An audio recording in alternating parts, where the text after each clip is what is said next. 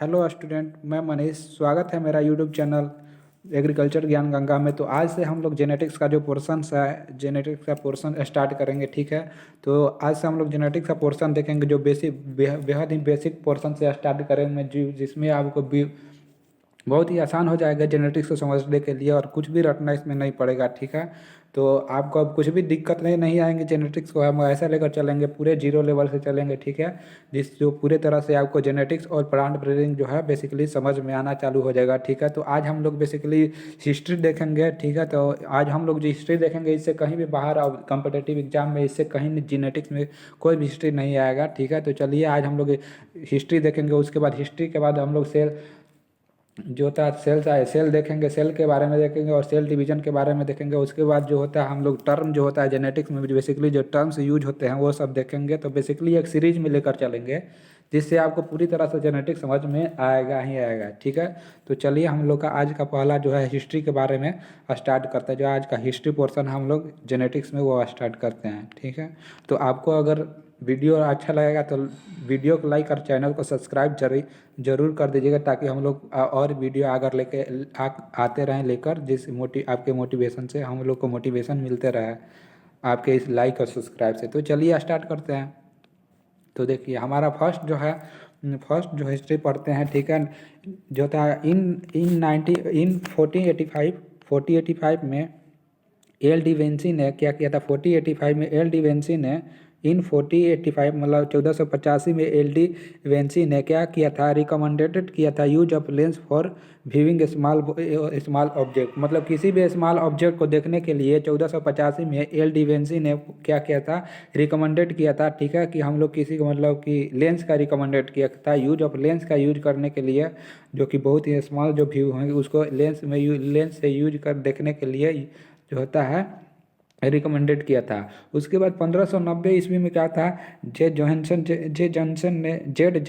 और H Johnson ने क्या किया था, क्या था, प्रोड्यूस किया था फर्स्ट ऑप्टिकल माइक्रोस्कोप। तो फर्स्ट ऑप्टिकल माइक्रोस्कोप 1590 में जो होता है प्रोड्यूस हुआ था। किसने किया था, तो जेड जेंसिन और एच जेंसिन ने मिलकर किया था, प्रोड्यूस किया था फर्स्ट ऑप्टिकल माइक्रोस्कोप। ठीक है, तो बेसिकली ये जो ब्लू लाइन वाला जो दिखता होगा वो बेसिकली बहुत ही इंपॉर्टेंट है, जो जनरली कॉम्पिटेटिव एग्जाम में पूछते ही रहते हैं। तो इसको जरूर एक बार देखते रहिएगा, इस पर ज़्यादा फोकस करिएगा।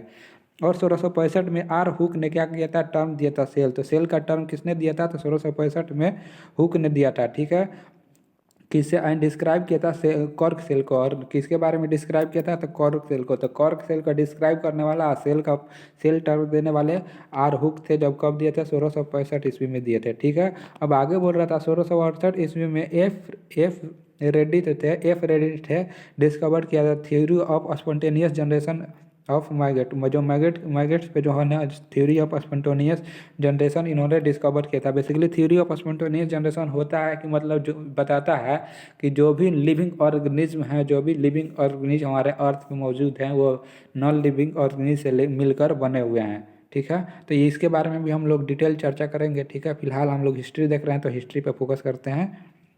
उसके बाद बोल रहा है 1672 ईस्वी में इन 1672 माल्फिगी ने क्या क्लासीफाई किया था अपना टिश्यूज़ का जो क्लासिफिकेशन किसने किया था, तो माल्फिगी ने कब किया था, तो 1672 मतलब 1672 ईस्वी में। ठीक है, आगे देखते हैं। अगला हम लोग का जो है पॉइंट है 1674 ईस्वी में एवेन लेवनहुक के बारे में है। एवेन लेवनहुक के बारे में इन्होंने बताया था, इनके इंट्रोड्यूस किया था कि इसके बारे में lens system of microscope by grinding. मतलब फर्स्ट जो होता है एवेन लेवनहुक ने पहली बार 1674 में माना जाता है कि इन्होंने माइक्रोस्कोप को खोज किया था। ठीक है, इसीलिए इनको क्या बोला जाता है, फादर ऑफ माइक्रोबायोलॉजी भी बोला जाता है इनको। एवेन लेवनहुक को हमेशा याद रखिएगा, ये भी इंपॉर्टेंट है। अगला हम लोग पॉइंट है 1682 ईस्वी में एन क्रू ने, ठीक है, एन क्रू ने 1682 ईस्वी में डिस्क्राइब किया था boulder and pores in would and pitch. Would और पिच में बोल्डर और वुड क्या था, बोल्डर्स एंड पोर्स को वुड एंड पिच में क्या किया था, डिस्क्राइब किया था। ठीक है, जो कि मतलब इन्होंने बताया था कि वुड में जो होते हैं पोर्स, बहुत सारे छोटे छोटे पोर्स भी होते हैं। ठीक है, किसने बताया, एन क्रू ने 1682 ईस्वी में। ठीक है, आगे बात करें तो 1694 ईस्वी में कैमरेरिज ने क्या होता है, JR कैमरेरिज ने क्या किया था, conducted yearly experiment on pollination, pollination पे इन्होंने क्या किया था, एक्सपेरिमेंट किया था, ठीक है, पहली बार, ठीक है, and reported the expanse of sex in plant, और इन्होंने बताया था कि प्लांट में जो है सेक्स एक्सटेंस भी होते हैं, ठीक है। तो पहली बार पोलिनेशन किसने किया था, तो कंडक्ट किया था, तो 1664 ईस्वी में JR कैमरेरिज ने, और इन्होंने बताया था, कैमरारिस ने किया था, और इन्होंने बताया था, रिपोर्ट किया था कि expanse of sex in plant, ठीक है। अब 1700 ईस्वी में देखा जाए, इन 17,000 में देखा जाए, तो 1700 ईस्वी में देखा जाए तो क्या, आर लेलिंस ने, ठीक है, आर लेलिंस ने क्या किया था, आर लेलियंस ने, ठीक है, एक मिनट, ये कॉल आ रहा है। तो 1700 में आर्लिनियस ने क्या किया, क्लासीफाई किया था, बायोलॉजिकल ऑर्गेनिज्म को क्लासीफाई किसने किया था, तो 1700 में आर्लिनियस ने किया था, ठीक है। अब 1761 ईस्वी में देखा जाए तो जेसी कोलेट्रल ने, ठीक है, जेसी कोलेट्रल ने hybridize vigour species of tobacco, मतलब हाइब्रिडाइजेशन किया, hybridize vigour species of tobacco, and concluded each parent contribute equally to character of progeny, ठीक है। इन्होंने बताया था कि बेसिकली इन्होंने हाइब्रिडाइज किया था टोबैको स्पेसिस पे 1761 ईस्वी में जेसी कोटलियर ने, और इन्होंने बताया था कि जो होता है कि प्रोजनी में जो होता है कि पेरेंट के इक्वली जो होता है कैरेक्टर ट्रांसफर होते हैं, ठीक है। प्रोजनी किसको बोला जाता है, प्रोजनी जैसा होता है कि जो मतलब दो पेरेंट से प्रोड्यूस हो, जो दो पेरेंट से जो प्रोड्यूस होता है उसको प्रोजनी बोलते हैं। जैसे फादर और मदर से जो भी मतलब सन उत्पन्न होगा तो सन एक प्रोजनी हो जाएगा, एक तरह से प्रोजनी, लेकिन ये प्लांट में बोलते हैं प्रोजनी इसको, ठीक है।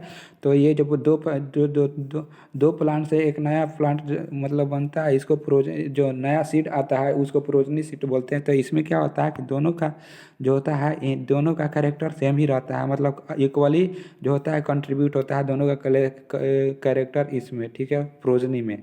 तो ठीक है, इसके बारे में भी देखेंगे जब हम जेनेटिक्स का, ठीक है, जेनेटिक्स स्टार्ट करेंगे उसमें जब हम देखेंगे, ठीक से मतलब ए सेक्सुअल रिप्रोडक्शन या सेक्सुअल रिप्रोडक्शन देखेंगे, उसमें देखेंगे ये सब प्रोजनी में कैसे जो होता है, जो कैरेक्टर है मदर और प्लांट का इक्वली डिवाइड होता है, ठीक है।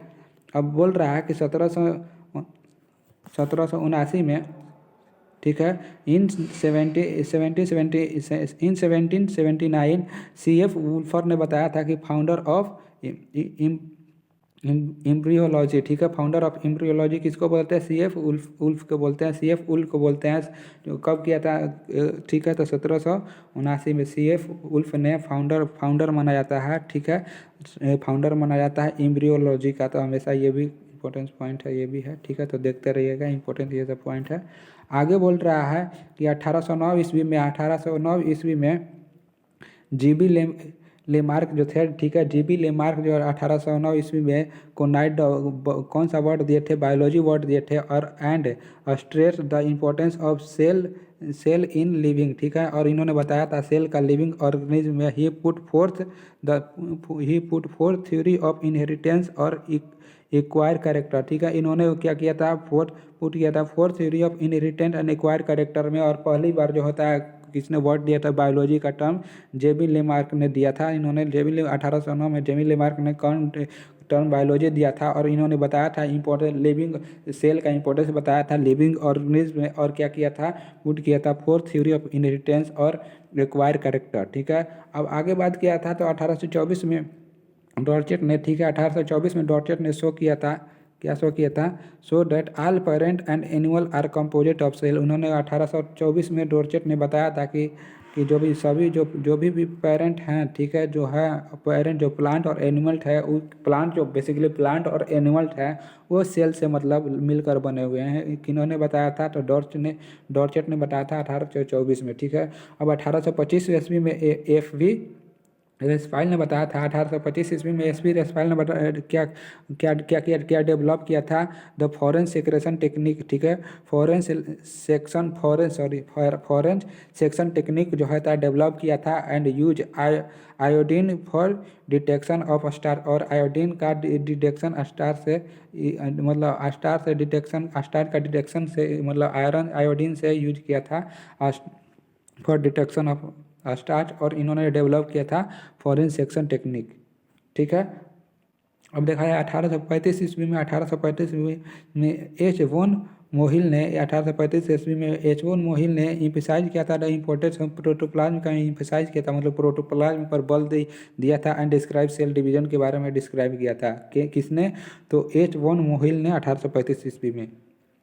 अब अगला देखा जाए तो हमारा आर ब्राउन थे। ठीक है, 1800 ये बेसिकली आप इसको देख लीजिएगा कौन से ईस्वी था। ठीक है, 1837 में आर ब्राउन ने डिस्कवर किया था nucleus in cell for of flowering plant, मतलब फ्लावरिंग प्लांट से न्यूक्लियस जो होता है, सेल में न्यूक्लियस होता है, डिस्कवर किया था आर ब्राउन ने। ठीक है, आर ब्राउन ने डिस्कवर किया था न्यूक्लियस ऑफ सेल का फ्लावरिंग प्लांट में। आगे देखते हैं।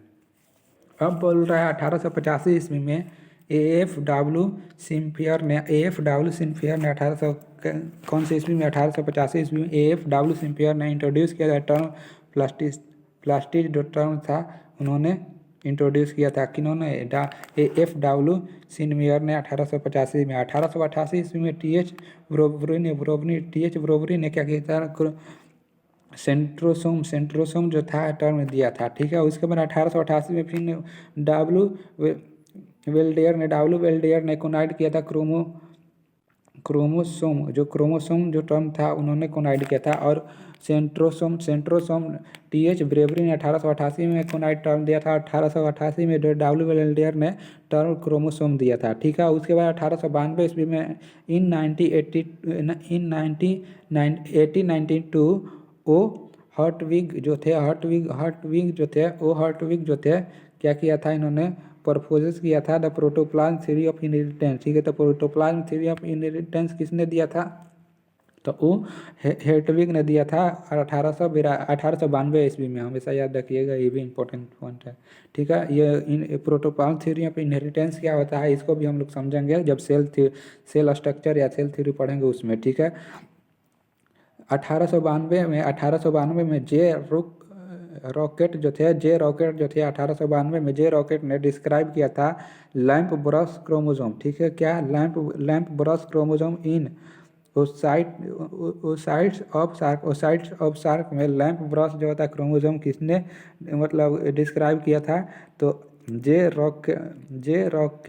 रॉकेट ने 1892 में। फिर 1892 में डब्ल्यू विस्मैन ने started the chromosome are the most important part of nucleus. इन्होंने बताया था कि स्टार्ट किया था कि क्रोमोसोम जो होता है इंपॉर्टेंट पार्ट होता है न्यूक्लियस का। किसने? 1892 में डब्ल्यू विस्मैन ने। ठीक है, और 1892 में TH ब्रोवरी ने डिस्क्राइब किया था मियोसिस इन एस्केरिस में इन्होंने क्या किया था?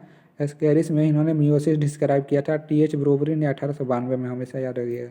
ठीक है, और देखिए आगे बोल रहा है इन 1898 में क्या किया था? मतलब 1898 में सी गोल्गी ने क्या किया था? डिस्क्राइब किया था Golgi appearance in nerve cell. जो नर्व सेल में होता है गोल्गी अपीयरेंस का जो होता है डिस्क्राइब किया था। इन्हीं के नाम पर गोल्जी बॉडी जो हमारे सेल में होते हैं दिया गया था। ठीक है, सी गोल्गी के नाम पे। ठीक है, 1898 ईस्वी में इन्होंने बताया था, डिस्क्राइब किया था Golgi appearance in nerve cell.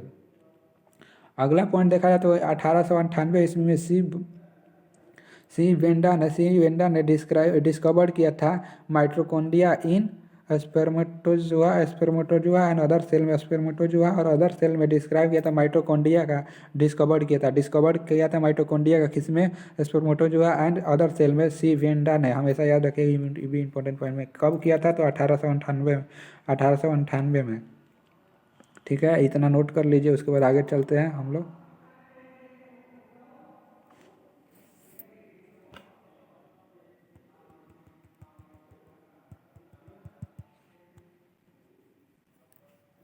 इससे बाहर जो है हम लोग का कोई भी मतलब हम लोग आज जो डिस्कशन करने वाला हिस्ट्री इससे बाहर लगभग नहीं जाएगा। ठीक है, और कुछ छूट भी जाएगा तो जब चैप्टर चालू होगा तो चैप्टर वाइज हिस्ट्री जो है हम लोग उसमें देखते चलेंगे। ठीक है, बस याद करने की बात है, इसमें थोड़ा याद करने वाला बहुत ही ज़्यादा है। तो ठीक है, ये सब याद करने पड़ेंगे ही आपको अगर कॉम्पिटिटिव एग्ज़ाम को फाइट करना है तो चलिए आगे चलते हैं।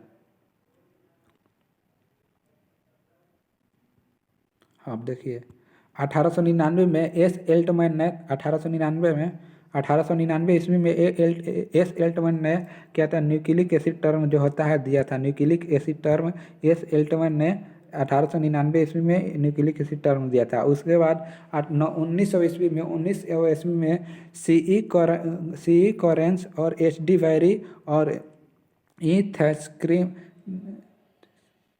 ईथेसमार्क ने क्या रीडिस्कवर किया था मेंडल ऑफ इनहेरिटेंस। ठीक है, तो मेंडल्स लॉ ऑफ इनहेरिटेंस क्या होता है हम लोग मेंडल्स के जब नियम पढ़ेंगे, मेंडल्स लॉ पढ़ेंगे, उसमें देखेंगे। तो इसको रीडिस्कवर 1900 ईस्वी में किन्होंने 3 साइंटिस्ट जो थे C E Correns, H D Vries और ई टेंसमार्क जो थे, इन्होंने मिलकर जो है मेंडल्स के इनहेरिटेंस लॉ को क्या किया था रीडिस्कवर किया था। अब 1901 में देखा जाए तो स्टार्सबर्ग जो थे स्टार्सबर्ग जो थे क्या किया था प्लाज्मोडेस्मा जो प्लाज्मोडेस्माटा जो होता वर्ड इंट्रोड्यूस किया था।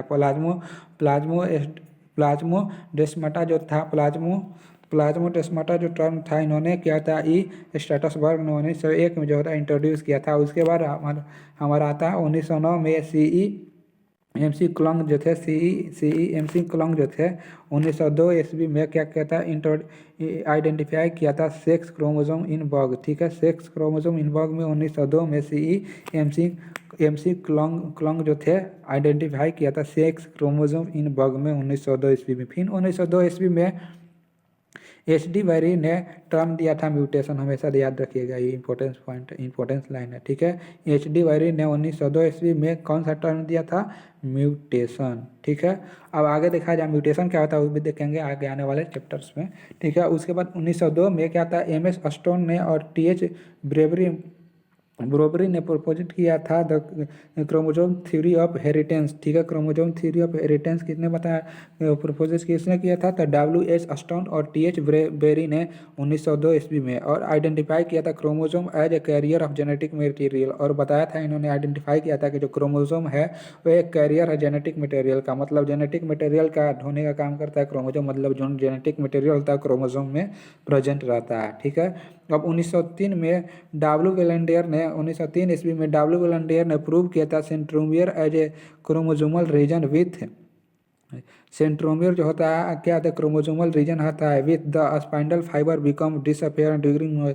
इन्होंने बताया कि सेंट्रोमियर जो होता है क्रोमोसोमल रीजन का एक पार्ट होता है और ये जो स्पाइंडल फाइबर जो होता है बिकम्स क्या होता है एसोसिएटेड ड्यूरिंग माइटोसिस। और जो है माइटोसिस में वो स्पाइंडल फाइबर से एसोसिएटेड रहता है सेंट्रोमियर। ठीक है, तो इसको किसने बताया था डब्ल्यू वेलेंडियर ने 1903। अब ये सब क्या है जो माइटोसिस में स्पाइंडल फाइबर से मतलब एसोसिएट रहता है। स्पाइंडल फाइबर क्या है, सेंट्रोमियर क्या है, हम लोग जब सेल डिवीजन पढ़ेंगे उसमें देखेंगे।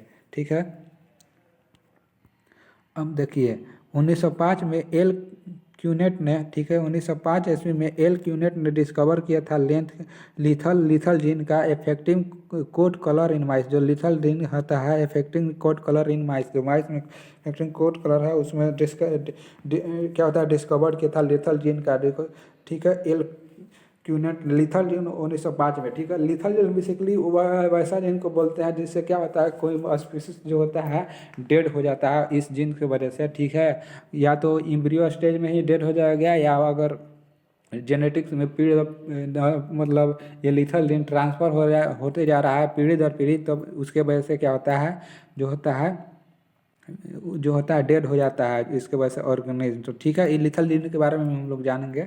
ठीक है, जब जीन्स के बारे में पढ़ेंगे तब। ठीक है, अब 1905 में जेबी फेमर और जेई मूर ने क्या दिया था मियोसिस टर्म दिया था 1905 ईस्वी में। किसने, जेबी फार्मर और जेई मूर ने। ठीक है, हमेशा याद रखिएगा। ठीक है, और 1906 ईस्वी में डब्ल्यू बेटसन ने ठीक है जेनेटिक्स टर्म दिया था। जेनेटिक्स टर्म डब्ल्यू बेटसन ने दिया था कौन सी ईस्वी में तो 1906 ईस्वी में डब्ल्यू बेटसन ने क्या टर्म दिया था जेनेटिक्स दिया था and propose the concept of allele. और इन्होंने एलील के कंसेप्ट को बताया था। ठीक है, तो ये भी ध्यान दीजिएगा, ये भी बहुत इंपॉर्टेंट लाइन है। ठीक है, 1906 ईस्वी में डब्ल्यू बेटसन और आर सी पुनेट ने डिस्कवर किया था जेनेटिक्स लिंकेज ऑफ स्वीट पीट में जो होता है जेनेटिक लिंकेज होता है, इन्होंने डिस्कवर किया था डब्ल्यू वेटसन और आर.सी. पुनेट ने 1906 ईस्वी में। ठीक है, तो चलिए इतना नोट कर लीजिए, उसके बाद आगे बढ़ते हैं। ठीक है,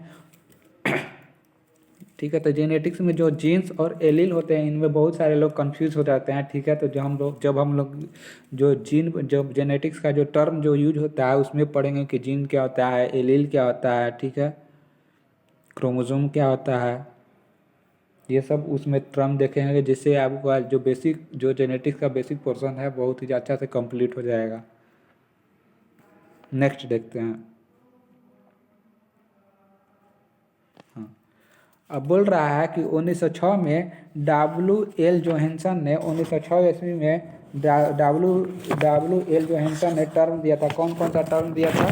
तो टर्म दिया था जीन, जीनोटाइप, फिनोटाइप। कौन कौन सा टर्म दिया था? Gene, genotype, phenotype. ठीक है, तो हमेशा याद रखिएगा 1906 ईस्वी में W.L. जोहानसन ने टर्म दिया था जीन, जीनोटाइप और फिनोटाइप। ठीक है, आगे देखते हैं 1909 ईस्वी में। ठीक है, इन 1909 में W.Wilson ने टर्म दिया था एपिटेटिस। ठीक है, तो एपिटेटिस टर्म किसने दिया था? W.Wilson ने 1909 में। 1909 ईस्वी में सी कोरेंस ने, ठीक है, सी कोरेंस ने क्या किया था? रिपोर्ट किया था साइटोप्लाज्मिक इनहेरिटेंस इन मिराबिल्स जलापा। ठीक है, मिराबिल्स जलापा में साइटोप्लाज्मिक जो होता है इनहेरिटेंस, ठीक है, रिपोर्ट किया था किसने? सी कोरेन ने 1909 में। ठीक है, 1909 में एफ.ए. जोहानसन ने क्या किया था?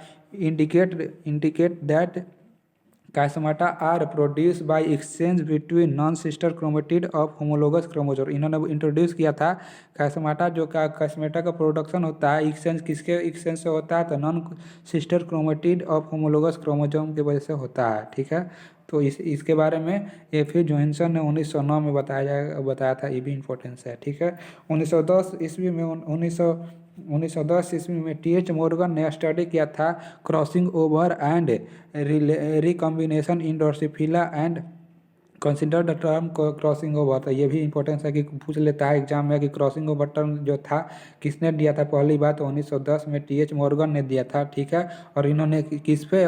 ड्रोसोफिला पे जो स्टडी किया था, जिसमें क्रॉसिंग ओवर का स्टडी ड्रोसोफिला पर किया था।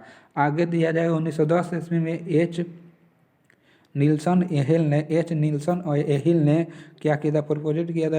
प्रपोजिट किया था मल्टीपल फैक्टर ऑफ हाइपोथेसिस का प्रपोजिट। ठीक है,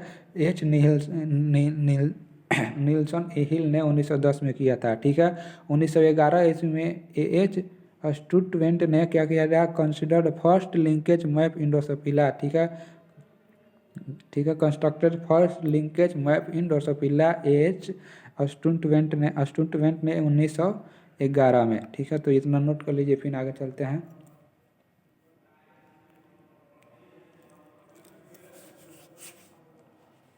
तो बेसिकली ये ये मेन जो आप देख रहे हैं ब्लू कलर वाला, ये इम्पोर्टेंट है। ठीक है, इसको देखते रहिएगा। ठीक है, एग्जाम में पूछ लेते हैं, कॉम्पिटिटिव एग्जाम में। तो चलिए आगे चलते हैं। हाँ,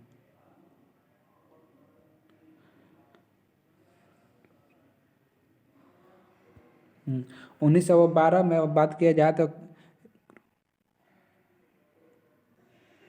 जो टर्म क्रोमोनेमा जो टर्म था किसने दिया था? वेडोव्स्की ने दिया था। वेडोव्स्की ने दिया था 1912 में। कौन सा टर्म दिया था?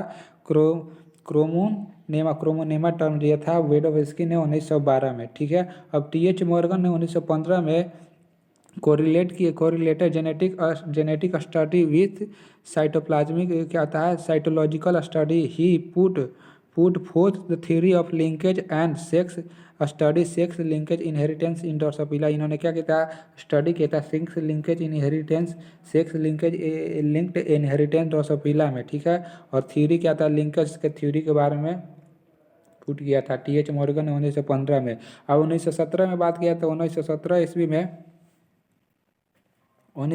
ईस्वी में जो थे CELN ने डिस्कवर किया था सेक्स डिटर्मिनेशन इन प्लांट। ठीक है, CELN ने 1917 में डिस्कवर किया था सेक्स डिटर्मिनेशन इन प्लांट। ये क्या होता है देखेंगे आने वाले चैप्टर में। 1921 ईस्वी में FG वेंटिंग और CH वेस्ट ने आइसोलेट इंसुलिन का आइसोलेट किया था, ठीक है, आइसोलेटेड इंसुलिन का आइसोलेट 1921 में FG वेंटिंग और CH वेस्ट ने किया था, ठीक है। अगला हम लोग का पॉइंट है कि 1912 ईस्वी में CB ब्रिट्स ने 1922 ईस्वी में 1922 ईस्वी में CB ब्रिट्स ने put forth the genetic balance theory of sex determination. जो genetic balance theory of sex determination को पुट किया था किसने? 1922 में CB ब्रिट्स ने। और 1923 ईस्वी में CB ब्रिट्स ने डिस्कवर किया था duplication, deletion and translocation in chromosome. Chromosome में जो डुप्लीकेशन, डिलीटेशन, ट्रांसलोकेशन जो क्रोमोजोम होता है किसने डिस्कवर किया था? CB ब्रिट्स 1923 ईस्वी में, ठीक है। तो ये भी इम्पोर्टेंस है, इसको भी थोड़ा देख लीजिएगा, ठीक है।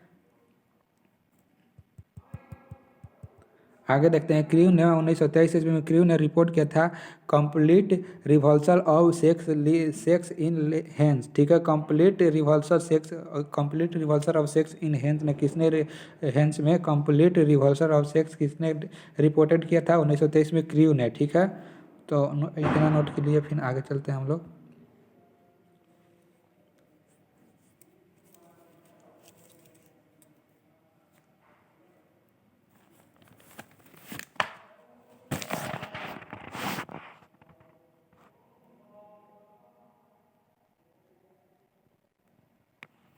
चलिए आगे चलते हैं हम लोग। अगला पॉइंट पर अपना चलते हैं हम लोग का। अगला जो है तो 1924 में AF ब्लैकलेस हाँ 1924 ईस्वी में AF ब्लैकलेस और J विलिंग ने स्टडी किया था किस पे? ट्राइसोमिक इन जिम्स वीड, ठीक है।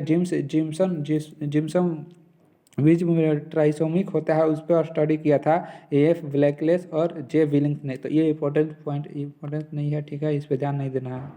1924 ईस्वी में आर फ्यूलगेन ने 1924 ईस्वी में आर फ्यूलगेन ने describe a test of confirm the presence of DNA पर टेस्ट किया था, कन्फर्म प्रेजेंस ऑफ DNA पर डिस्क्राइब किया था आर फ्यूलगेन ने 1924 में। 1926 ईस्वी में H स्टुटवेंट ने क्या था? डिस्कवर किया था इन्वर्जन इन क्रोमोजोम, इन्वर्जन क्रोमोजोम में इन्वर्जन किसने डिस्कवर किया था? तो AH स्टुटवेंट ने किया था 1926 ईस्वी में। 1927 ईस्वी में JK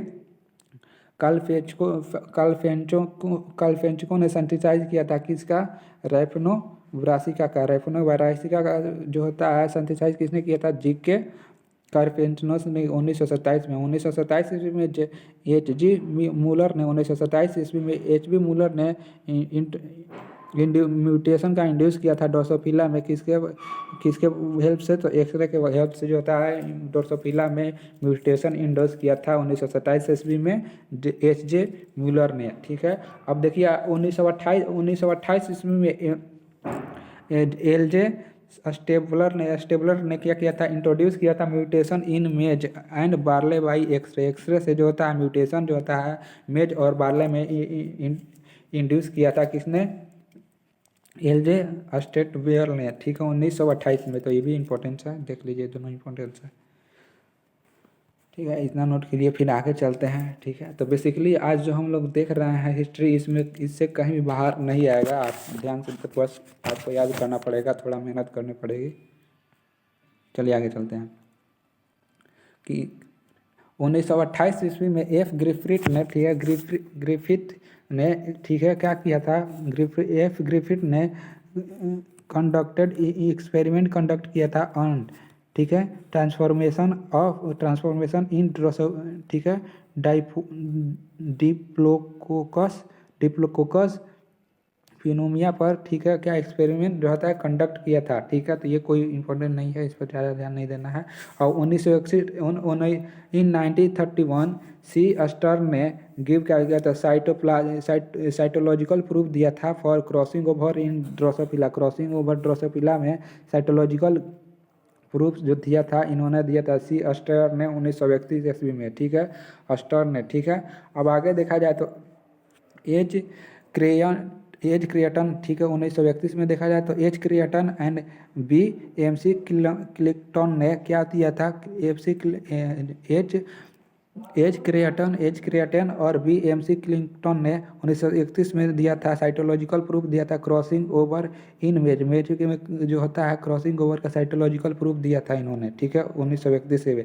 अब 1932 में एम कनॉल और ई रुस्का ने डेवलप किया था इलेक्ट्रो माइक्रोस्कोप। ये भी ध्यान रखिएगा, 1932 ईस्वी में इलेक्ट्रो माइक्रोस्कोप का डेवलपमेंट किसने किया था, तो एम कनॉल और ई रुस्का और एम क्लोन जो थे डिस्कवर किया था इलेक्ट्रो माइक्रोस्कोप का 1932 में, ठीक है।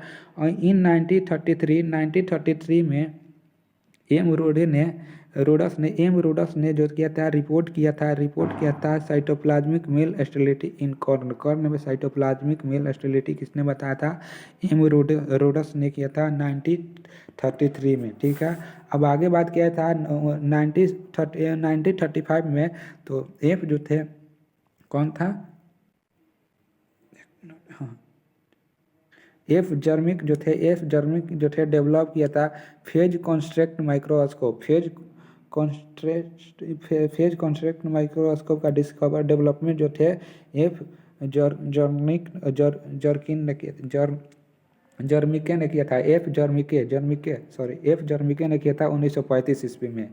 आगे चला जाए तो आगे अपना अगला पॉइंट है 1935 ईस्वी में जेबी गोल्ड रिमंड जो थे, गोल्डी सीमेंट जो थे 1935 ईस्वी में आरबी जो होता है आरबी गोल्ड समिट जो थे आरबी गोल्ड समिट ने 1935 ईस्वी में फेनोकॉपी जो टर्म था दिया था। फेनोकॉपी टर्म किसने दिया था, तो आरबी गोल्ड सीमेंट ने दिया था 1935 ईस्वी में, ठीक है, 1935 ईस्वी में। अगला हम लोग का पॉइंट लगा देता है इन 1939 ईस्वी में आरे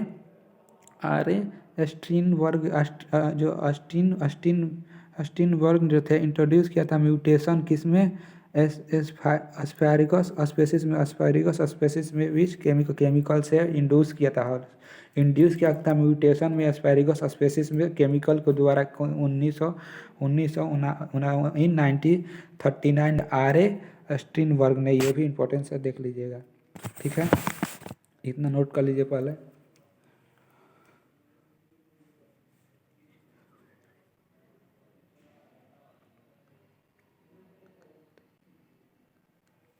चलिए तो आगे चलते हैं। हाँ देखिए, अब 1944 ईस्वी में 1944 इन 1944 ओटी एवरी और सीएम मैकलोड जो थे, ओटी एवरी सीएम मैकलोड और एम मैकार्टी जो थे मैकार्टी जो थे एक्सप्लेन किया था सिग्निफिकेंस ऑफ डीएनए, ठीक है, एंड प्रूव किया था and prove that it is a genetics material, ठीक है। और इन्होंने बताया था, ये तीनों साइंटिस्ट ने बताया था 1944 में कि सिग्निफिकेंस क्या है डीएनए के बारे में, और इसमें डीएनए जो जेनेटिक्स मटेरियल प्रेजेंट होता है उसके बारे में प्रूव किया था तीनों ने। किसने, ओटी एवरी, सीए मैकलॉड और एम मैकार्टी ने, ठीक है। आगे देखा जाए तो 1946 ईस्वी में, ठीक है, 1946 ईस्वी में बात किया जाए 1946 ईस्वी में ईएस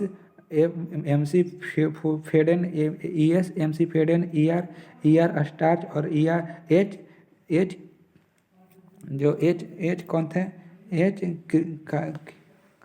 एच खैरा जो थे क्या किया था, सैनिटाइज किया था ट्राइटिकल स्पेल को इन लाइब्रेटरी में सैनिटाइज किया था ट्राइटिकल अस्पेल्ट को, थ्योरेटिकल अस्पेल्ट को किसने किसने तो 1946 में E S M C Fadden, E R Star और एच काइहारा, ठीक है, किहारा जो एच किहारा, तीनों ने सिंथेसाइज किया था थ्योरेटिकल अस्पेल का लेबोरेटरी में 1946 ईस्वी में, ठीक है। तो बेसिकली आप भी नोट साथ साथ नोट करते जाइए। 1948 में के आर प्रोटर ने, ठीक है, 1948 में के आर प्रोटर ने डिस्क्राइब किया था इंडोप्लाज्मिक रेक्टिकुलम का, डिस्क्राइब किसने किया था तो 1948 ईस्वी में के आर रॉटर ने, ठीक है। अब देखा जाए 1950 ईस्वी में, तो 1950 ईस्वी में बी एम सी क्लिंटन ने डिस्कवर किया था जंपिंग जीन इज मेज। जंपिंग जीन का डिस्कवर किसने किया था मेज में तो बी एम सी क्लिंटन ने 1950 में। अब आगे देखा जाए 1981 में भी, तो ए म्यूटजिंग ने सिंथेसाइज किया था ट्रिटिकल का सिंथेसाइज किया था 1981 में, 1951 ईस्वी में ए म्यूटजिन ने, ठीक है। तो इतना नोट कर लीजिए।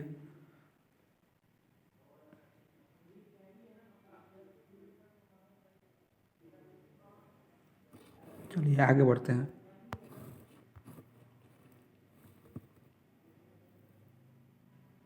ठीक है, अगला हम लोग का पॉइंट है कि 1952 ईस्वी, सॉरी 1952 इन 1952 में एडी हर्से और एम जी चेस ने क्या किया था, एक्सपेरिमेंटल प्रूव किया था genetics as a DNA as a genetic material का एक्सपेरिमेंटल प्रूव किसने किया था 1952 ईस्वी में एडी हर्से और एम जी चेस ने, ठीक है। 1953 ईस्वी में रॉबिन्सन एंड ब्राउन ने ऑब्जर्व किया था राइबोसोम को प्लांट में, ठीक है। तो ये भी इंपॉर्टेंट पॉइंट है कि 1953 में रॉबिन्सन और ब्राउन ने ऑब्जर्व किया था राइबोसोम को प्लांट सेल में, ठीक है। 1953 में बना जाए तो जेडी वाटसन, एपीएलसी क्रिक और एम एच एफ विलिंगटन ने क्या था प्रपोजल किया, डबल हेलिक्स का डीएनए का डबल हेलिक्स का मॉडल प्रपोजल किया था, मतलब दिया था 1953 में जेडी वेटसन, एच सी क्रिक, और इसीलिए वेटसन क्रिक मॉडल भी इसको कहा था डबल हेलिक्स डीएनए के मॉडल्स को, ठीक है। आगे देखा था 1954 ईस्वी में देखा जाए, 1954 ईस्वी में देखा जाए तो आस्कियर ने प्रपोज किया था, ठीक है, monosomic series of Chinensis spring variety of wheat, ठीक है। तो Chinensis spring variety of wheat का जो मोनोसोमिक सीरीज है उसको प्रोड्यूस किया था किसने, आस्कियर ने 1954 ईस्वी में, ठीक है। आगे देखा जाए तो 1955 ईस्वी में एस वेंडियर ने डिस्क्राइब किया था फाइन स्ट्रक्चर ऑफ जीन, जैसे कौन कौन सा था, सिट्रॉन, रिकॉन, म्यूटॉन, ठीक है। तो इतना लिख लीजिए, उसके बाद आगे चलते हैं, इतना नोट कर लीजिए।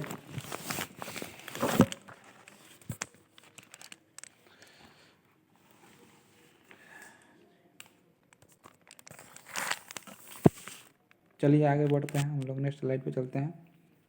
अब देखिए 1955 ईस्वी में सी डुबे ने, ठीक है, डुडवे ने, ठीक है, 1955 ईस्वी में सी डुडवे ने टर्म दिया था लाइसोसोम, ठीक है, टर्म लाइसोसोम सी डुडवे ने दिया था 1955 ईस्वी में, ठीक है। अब 1955 ईस्वी में जीई प्लाडे ने ऑब्जर्व किया था राइबोसोम को प्लांट एनिमल सेल में, राइबोसोम का एनिमल सेल में किसने ऑब्जर्व किया था 1955 में तो सीई प्लाडे ने, ठीक है। 1955 ईस्वी में एल प्लूंकिट ने क्या किया था, स्टडी किया था relationship between structure of D molecule and protein synthesis, ठीक है।